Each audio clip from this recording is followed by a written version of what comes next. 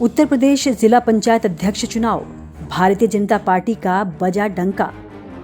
3 जुलाई को उत्तर प्रदेश में जिला पंचायत अध्यक्ष पद के लिए चुनाव हुए, जिसके परिणाम भी घोषित किए जा चुके हैं। इन चुनावों में भाजपा ने रिकॉर्ड जीत हासिल की। 75 में से 67 सीटों पर जीत का परचम लहराया। भाजपा ने समाजवादी पार्टी के 63 सीटों के रिकॉर्ड को भी तोड़ डाला। बता दें कि भाजपा के जिला पंचायत अध्यक्ष पद के 21 उम्मीदवार पहले ही निर्विरोध जीत हासिल कर चुके थे।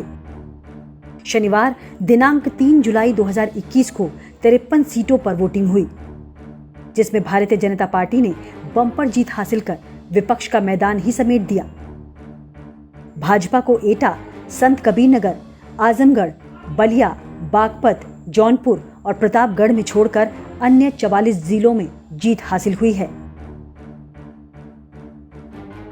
जिला पंचायत अध्यक्ष पद की कुल 75 सीटों में से पश्चिमी उत्तर प्रदेश के 14 जिलों में से 13, ब्रज क्षेत्र के 12 जिलों में 11, कानपुर क्षेत्र के 14 जिलों में 13, अवध क्षेत्र के 13 जिलों में से भी सभी 13, काशी क्षेत्र के 12 जिलों में 10, गोरखपुर क्षेत्र के 10 जिलों में से 7 सीटों पर विजय प्राप्त हुई।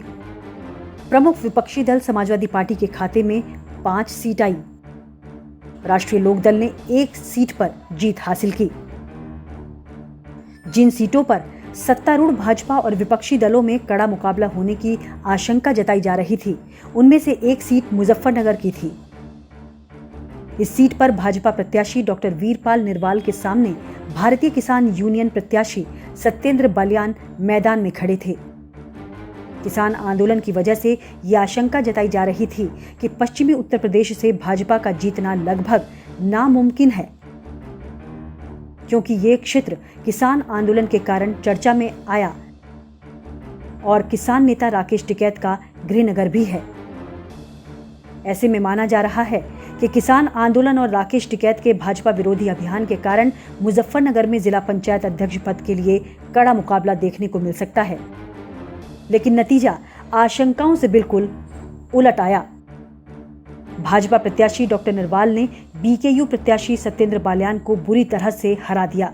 उन्हें 30 वोट हासिल हुए, जबकि सत्येंद्र बालियान को मात्र 3 वोट मिले। ऐसा ही कुछ हाल शामली और बिजनौर में भी दिखाई दिया। दोनों ही जगह पर भाजपा पर भरोसा जताया गया। शामली में भाजपा प्रत्याशी मधु ने सपा रालोद गठबंधन प्रत्याशी अंजलि को मात दी।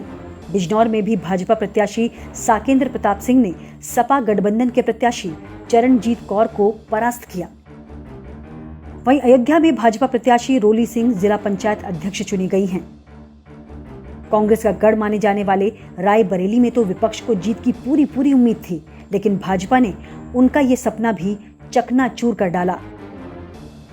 यहां से भाजपा समर्थित प्रत्याशी रंजना चौधरी के विरोध में कांग्रेस और सपा गठबंधन के पूर्व सांसद अशोक सिंह की बहू आरती सिंह मैदान में खड़ी हुई थी, लेकिन भाजपा प्रत्याशी के सामने वो टिक नहीं पाई और हार गई।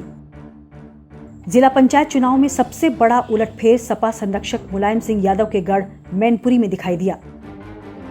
यहां भाजपा प्रत्याशी अर्चना भदौरिया ने सपा प्रत्याशी मनोज यादव को हराकर जीत का परचम लहराया। फिलहाल तो पंचायत चुनाव के ये नतीजे ये बताने के लिए सक्षम हैं कि भारत की जनता अब विपक्ष के झूठे दावों और बातों में फंसने वाली नहीं है।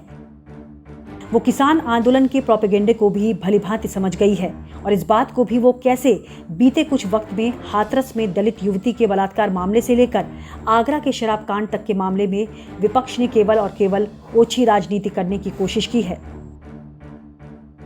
बहरहाल इन मामलों को लेकर विपक्षी दलों ने अपनी खोई हुई सियासी जमीन तलाशने की तो बहुत कोशिश की, लेकिन वो कहते हैं ना कि झूठ का घड़ा कभी न कभी फूटता जरूर है, और इन नतीजों ने ये साबित भी कर दिया कि इनका झूठ अब सभी के सामने है।